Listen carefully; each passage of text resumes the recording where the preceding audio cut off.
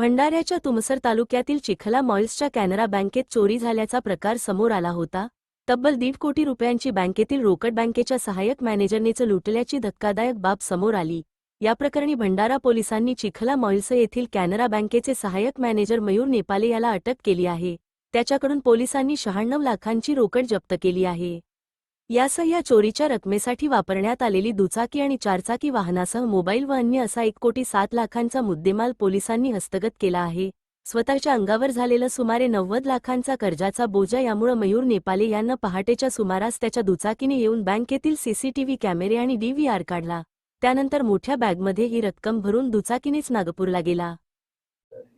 18 तारीखला सकाळी 8 वाजताचे सुमारास असं माहिती मिळाली की बँक फोडी झालेली आहे।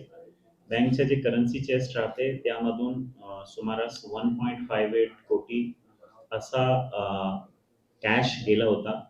त्यावर भंडारा पोलीसची वेगवेगळी टीम तिथे पोहोचली, सिनियर ऑफिसर्स तिथे पोहोचले आणि 10 टीमनी वेगवेगळी डायरेक्शनमध्ये तपास केला, सीसीटीव्ही तपासणी केली आणि वेगवेगळे लोकांना विचारपूस केले आणि 2 ते 3 तासमध्ये तो गुन्हा उघडकीस आणला।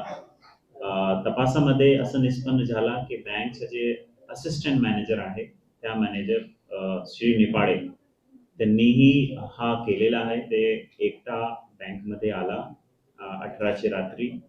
त्यांच्याकडे सर्व प्रकारची की होती। त्या कीचा वापर करून त्यांनी मेन गेट ओपन केला आणि करन्सी चेस्ट ओपन केला आणि तिथून तो कॅश घेऊन नागपूरची दिशेमध्ये गेला। नागपूरमध्ये भंडारा पोलीसची टीमनी त्याला अरेस्ट केला। विचारपूस केल्यानंतर त्यांनी सर्व गोष्टीचा कन्फेशन केलेला आहे। आतापर्यंतची तपासमध्ये 1,07 लाखचा मुद्देमाल जप्त केलेला आहे। इतर मुद्देमाल जप्तीची कारवाई चालू आहे आणि तपासामध्ये असिस्टंट मॅनेजरला अरेस्ट केलेले आहे। इतर कोण लोक सामील आहेत याची पुढील तपास चालू आहे।